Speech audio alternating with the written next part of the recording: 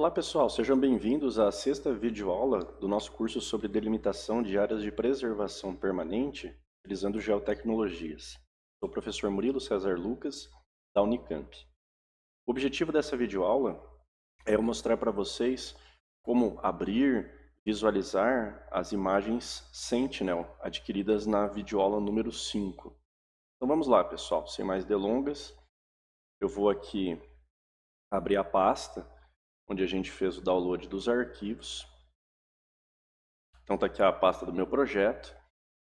Lembrando que nós pegamos duas tecelas, porque são necessárias duas tecelas para cobrir todo o município de Limeira.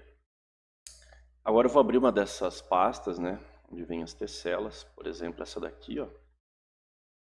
E o que nos interessa, as informações que nos interessam estão nessa pasta chamada grânulo. Aqui dentro, ó. Então eu vou recortar especificamente essa pasta, a única que não nos interessa. Vou colar aqui. Aí já vou deletar essa daqui. Certifique-se que está deletando a pasta certa, ó. Estou no T23 KKR, T23 KKR. Vou deletar aqui. Agora eu vou pegar outra pasta, grânulos. Vou recortar e vou colar aqui. Eu estou fazendo isso para não ficar várias subpastas, tá? Pronto. Agora eu vou abrir o QGIS. Vamos visualizar a camada aqui do município de Limeira. Vou colocar também a camada de rios.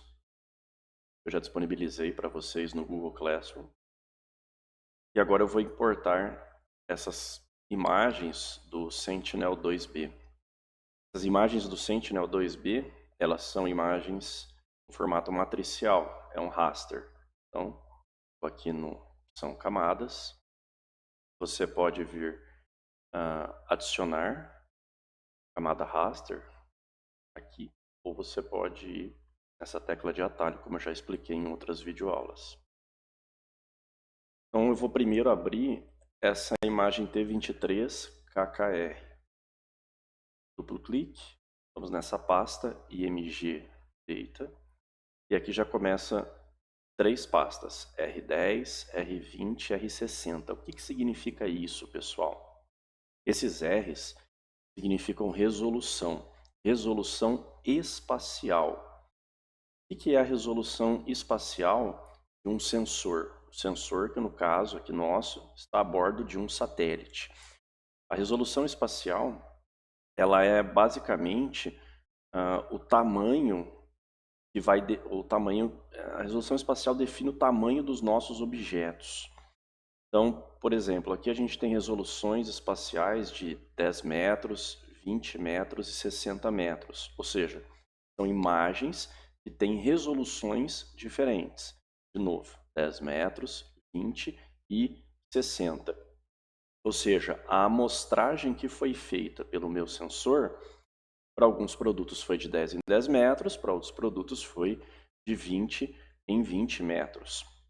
A resolução espacial, ela diz respeito à qualidade com que a gente vai observar as feições, os objetos na superfície. Então, por exemplo, quando a resolução espacial é de 10 metros, isso significa que a gente não consegue visualizar objetos inferiores a 10 metros. Quando é de 20, não conseguimos observar objetos, feições inferiores a 20 metros. A gente consegue observar de 10 metros, de 20 metros para mais. O ideal mesmo é que os objetos, por exemplo, que são amostrados com uma resolução espacial de 10 metros, o ideal é que eles tenham 20 metros. Isso porque quando a gente amostra quando a gente tem duas amostragens, uma na sequência da outra, com 20 metros é garantido que a gente consiga representar toda aquela feição. Então pode acontecer, sim, de a gente amostrar uma resolução espacial de 10 metros e não conseguir identificar bem um objeto, por exemplo, de 12 metros, de 15 metros. Pode acontecer, não estou dizendo que é uma regra. O ideal é que essa feição tenha 20 metros. Então vamos dizer que é garantido, a gente consegue ver bem feições, objetos que quando amostrados numa resolução de 10 metros, as feições têm 20 metros. Tá? Então, com 20 metros, nesse caso, a gente teria a garantia de ver bem feições. Aqui embaixo também. Se a gente está mostrando uma resolução espacial de 20 metros, é garantido que a gente vai ver objetos de 40 metros ou mais. Podemos ver objetos de 20, 25, 30 metros? Podemos, mas não é garantido. Então, o satélite Sentinel ele tem um sensor e esse sensor ele lê diferentes resoluções espaciais. Além disso, se a gente clicar dentro dessas pastas, por exemplo, eu vou clicar na pasta R10, a gente tem aqui vários arquivos, olha, vários arquivos do tipo raster. Temos aqui B07, B03, B04, B08. O que são esses Bs? Esses Bs são referentes à palavra banda. Então, além de ter uma resolução espacial, esse dado ter uma resolução espacial, ele também tem uma resolução espectral. Então, cuidado para não confundir isso. Tem a resolução espacial, diz respeito ao tamanho com que a gente vai conseguir ver as feições, os objetos na superfície, e tem a resolução espectral. A resolução espectral é a capacidade do sensor, especificamente o detector, detectar luz num certo comprimento de onda. Então, a gente chama isso, né, essa capacidade de detectar luz num determinado comprimento de onda, de bandas. Então, por exemplo, cada banda consegue detectar a luz numa faixa específica do comprimento de onda eletromagnético. Eu vou abrir aqui uma figura para mostrar para vocês, para que isso fique mais claro. Eu estou aqui no site que tem informações sobre o Sentinel, que no caso Sentinel-2A, mas Sentinel-2B tem características semelhantes. E vamos olhar esse quadro aqui, ó. Na primeira coluna do quadro, eu tenho as bandas do satélite Sentinel-2. Não importa se é o Sentinel-2A ou 2B, é a mesma coisa. A banda 1, banda 2, banda 3, banda 4 e assim sucessivamente até a banda 12. A banda 1 ela tem uma resolução espacial em metros, olha, de 60. Ou seja, a banda 1 tem uma resolução de 60 metros. Resolução espacial. Já o seu comprimento de onda, em micrômetros, é de 0,043. A banda 2 é a banda chamada de azul, a 3 é a banda verde, a 4 é a banda vermelha. Observem que as bandas azul, verde e vermelha têm resolução de 10 metros, então uma resolução espacial bem boa. E aqui estão os respectivos comprimentos de onda. Essas bandas são chamadas de bandas do comprimento de onda na região do visível. Por quê? Porque essas cores que eu acabei de mencionar, a gente consegue enxergar elas. Agora tem as bandas 5, 6 e 7, que são chamadas de bandas de vegetação. Essas bandas aqui, elas são bandas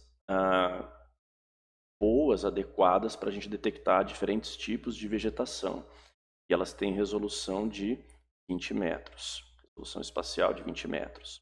E aqui o comprimento de onda dessas bandas vai na faixa, vamos dizer, de 0,7 até um 0,78.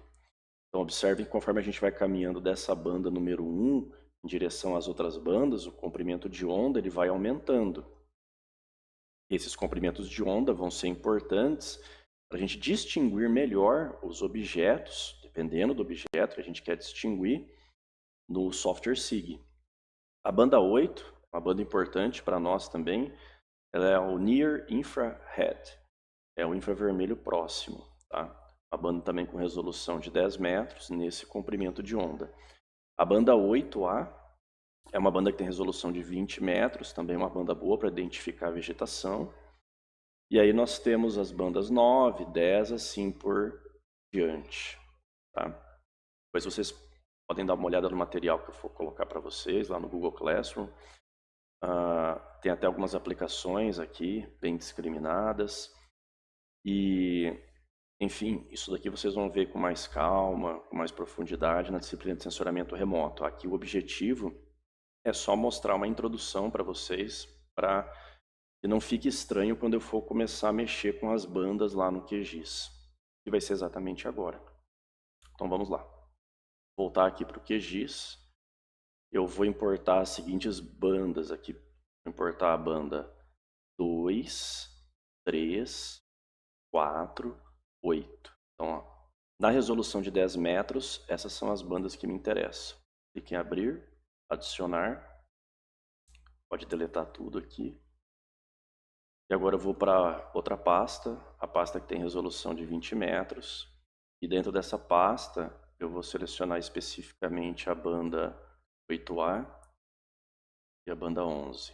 Por que eu estou pegando essas bandas? Porque elas vão ser importantes para as nossas aplicações. Vou adicionar, deletar tudo aqui. E agora eu vou para a última pasta, que é a resolução de 60 metros. Aqui só me interessa uma banda. Vou pegar a banda número 9. Vou adicionar. Então observem que eu estou adicionando a imagem, eu vou chamar aqui de superior, né? Ela pega quase todo o município de Limeira, mas não todo ele, observem que falta um pouquinho. E aqui são as diferentes bandas. Então eu vou minimizar aqui essas janelas. Por exemplo, se eu começar a tirar aqui, né? Visualizar uma de cada vez, dá para ver tons de cinza diferentes.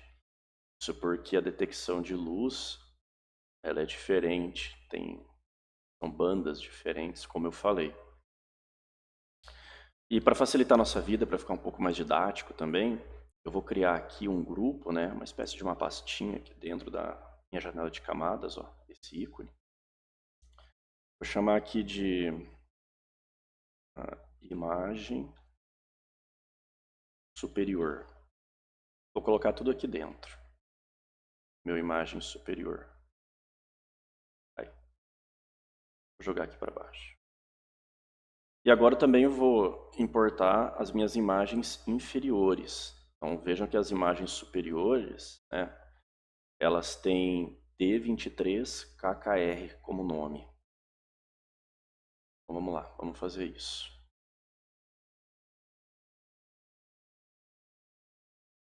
Eu vou fazer o mesmo procedimento aqui na pasta. Só que agora eu vou pegar as imagens T23KK aqui. Pasta imagens. Resolução de 10 metros. Banda 2, banda 3, banda 4 e banda 8. São 4 bandas na primeira pasta. Depois são 2 bandas nessa pasta de 20 metros. É a banda 8, a banda 11.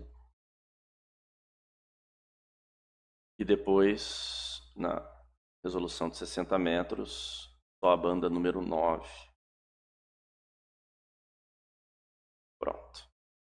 Olha que bacana. Vou minimizar e vou criar também uma outra pasta aqui chamada imagem inferior. E vou arrastar tudo para cá. Eu estou fazendo isso para organizar, tá bom? Não que fosse necessário. Aí. Se eu clicar nas duas pastas, né? Por exemplo. Parece que eu peguei a mesma KKR. Não, tá certo. Eu não selecionei nenhuma, pronto. Aí. Agora sim. Aí que bacana. Dá um zoom aqui para vocês observarem. Esses tons de cinza, eles podem não auxiliar muito. Eu diria que eles é um tom assim mais útil, talvez para a gente visualizar os corpos hídricos superficiais, rios de maior largura e lagos também, sejam eles naturais ou artificiais. Ok. Agora o que a gente vai fazer, pessoal, é unir todas essas imagens numa única imagem. Por quê? É complicado ficar trabalhando com 7 imagens superior e 7 inferior. Isso não é muito adequado. O legal é se a gente puder juntar todas essas 7 imagens superiores em uma única e juntar todas as 7 imagens inferiores em uma única. Então, é isso que eu vou fazer nesse momento. Um passo importante aqui é a gente colocar em ordem essas imagens, por exemplo, conforme a nomenclatura da banda. Isso vai nos auxiliar depois na hora de visualizar a partir de cada uma das bandas.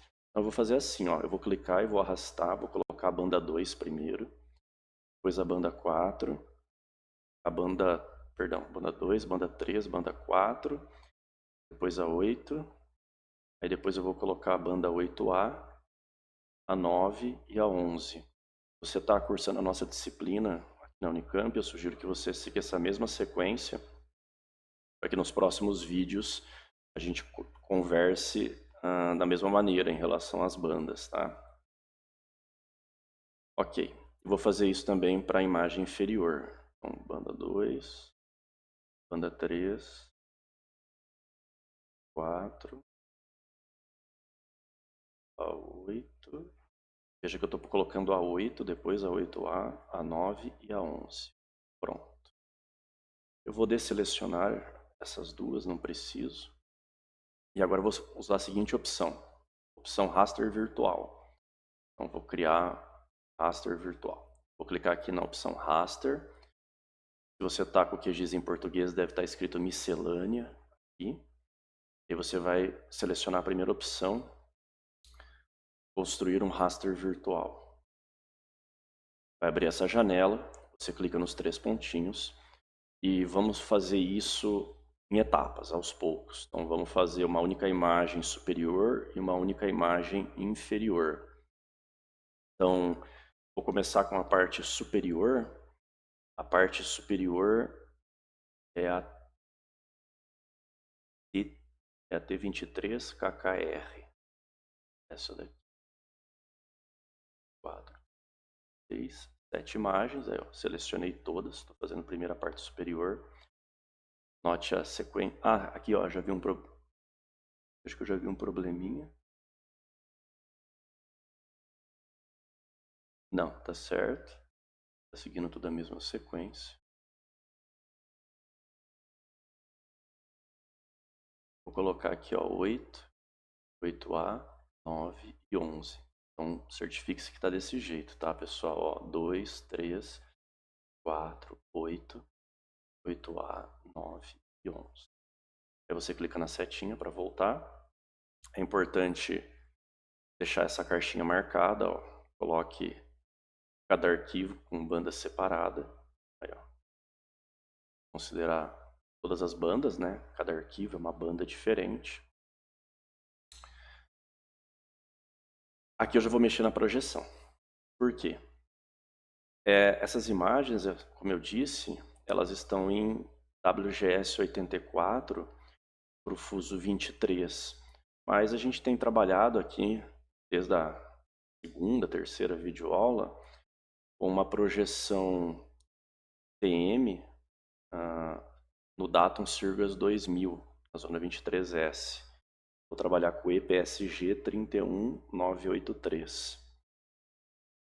Aí, ó, então já estou criando um único arquivo, um único raster, e já vou reprojetar ele para o sistema de coordenadas que a gente vem trabalhando. O algoritmo para reamostragem vai ser o vizinho mais próximo, pode deixar esse daqui.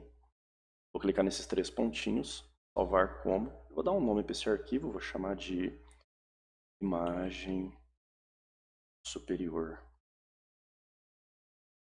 Nota que vai salvar num arquivo com extensão VRT. Clique em salvar e pode rodar. Fecha. Aí. Agora eu vou jogar isso daqui para cima, ó. Colocar aqui.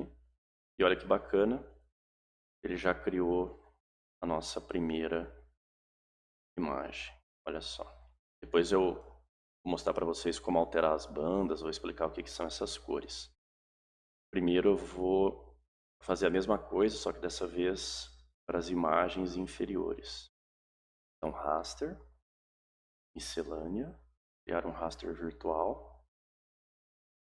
E vou adicionar aqui o T23KK aqui.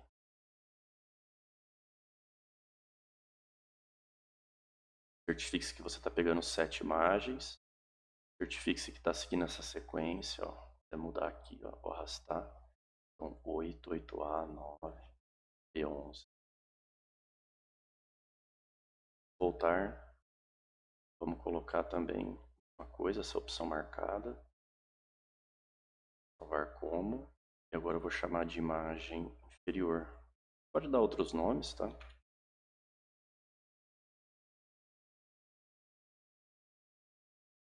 Imagem inferior. Salvar. Vamos rodar. Fecha. Vou jogar para cá a minha imagem inferior.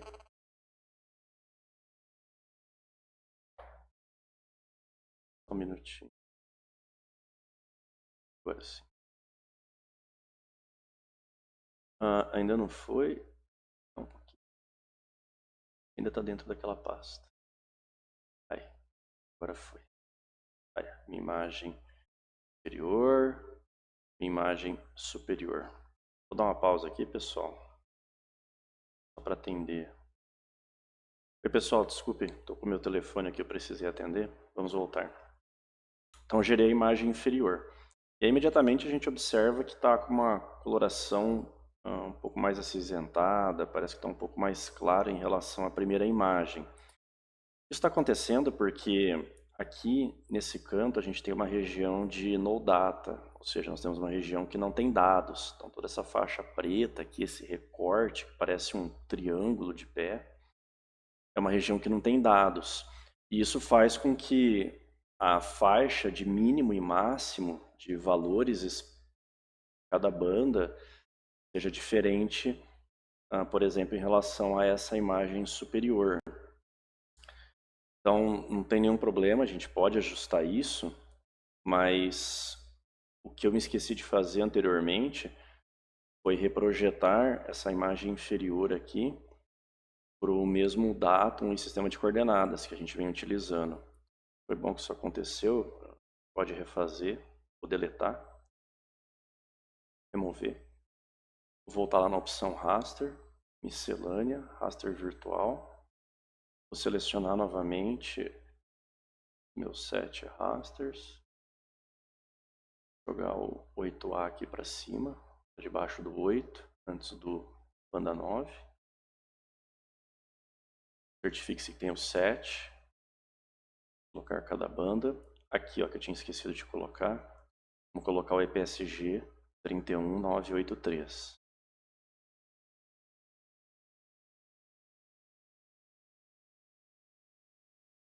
Agora eu vou renomear inferior. Yes. Aqui a região de no data a gente pode pôr 0. E vamos rodar. Pronto. Então observem que eu coloquei 0, né, para a região de no data. E isso já mudou a faixa de mínimo e máximo da minha imagem. Faixa essa que corresponde aos valores espectrais de cada uma das bandas. Agora a gente consegue visualizar tudo a mesma coloração. Vou minimizar aqui. Aí. E agora eu vou mudar a tonalidade dessas cores para algo que a gente chama de natural. Então vou fazer primeiro para a imagem inferior e depois vou fazer para a imagem superior. Então, vou clicar com o botão direito do mouse, vou em propriedades, simbologia, certifique-se que aqui está o tipo de multibanda, tá? Multibanda, cores multibandas. E aí vocês vão fazer o seguinte, aqui onde tem a banda vermelha, vocês vão colocar a banda 3. Onde tem banda verde, vocês vão colocar a 2. E onde tem a banda azul, vocês vão colocar a 1. Por que eu estou colocando isso? E lembre-se que aqui para nós, ó, ele não vai deixar, deixa eu aplicar primeiro. Aí. Lembrem-se que aqui para nós, ó, por exemplo, na inferior, a gente está colocando a primeira banda como sendo a banda número 2. Então, vamos voltar lá para o nosso quadro. A banda 2 é a banda do azul. Ó, banda 2 azul, banda 3 verde, banda 4 vermelha. Então, a nossa banda 2 é a primeira imagem. Então, vou lá em propriedades de novo. Vamos lá na banda colorida.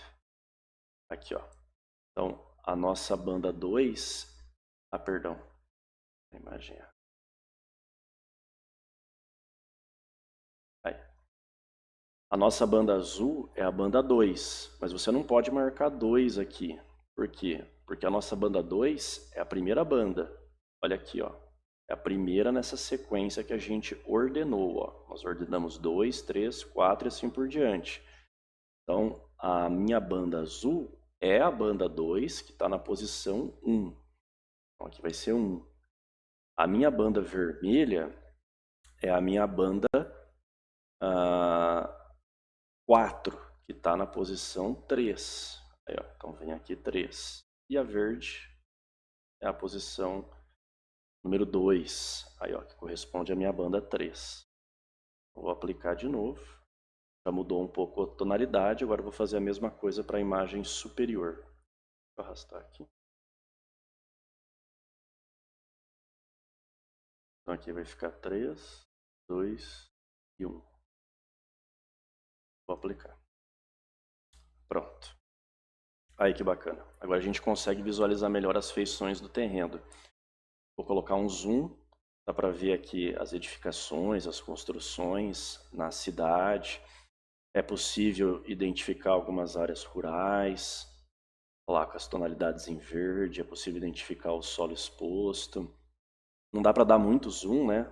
A gente começa a ver um aspecto pixelado, tudo no formato de pixels. Mas é isso, né? Cada pixel corresponde a um valor. Tanto é que se eu clicar aqui na seta de informações, clicar sobre qualquer um desses pixels, por exemplo, esse pixel verde, eu vou ver o valor desse pixel em cada uma dessas bandas, ó, em cada uma das 7 bandas. E dá para ver aqui nessa imagem algumas áreas de vegetação natural, algumas áreas de preservação permanente que ainda não foram tocadas, né, pela ação antrópica, não foram mexidas, ó, aqui por exemplo. Aí que bacana. Se você quiser entender um pouquinho mais sobre isso, você pode experimentar as outras bandas. Eu vou só fazer uma demonstração antes de encerrar o vídeo. Clicar em propriedades da banda superior. Não vou colocar nenhuma banda verde, nenhuma banda azul. E vou deixar só uma banda vermelha e aplicar. Olha o que vai acontecer. A imagem fica toda vermelha. Agora eu não vou colocar a banda vermelha, vou colocar só a banda verde. No caso, a minha banda na posição 2. Fica tudo verde. E por fim, vou colocar na azul. Fica tudo azul. Aí que bacana. Existe uma sequência ideal para a gente colocar essas bandas para determinadas aplicações que a gente quer. Eu vou voltar na que a gente tinha colocado antes, que é a natural.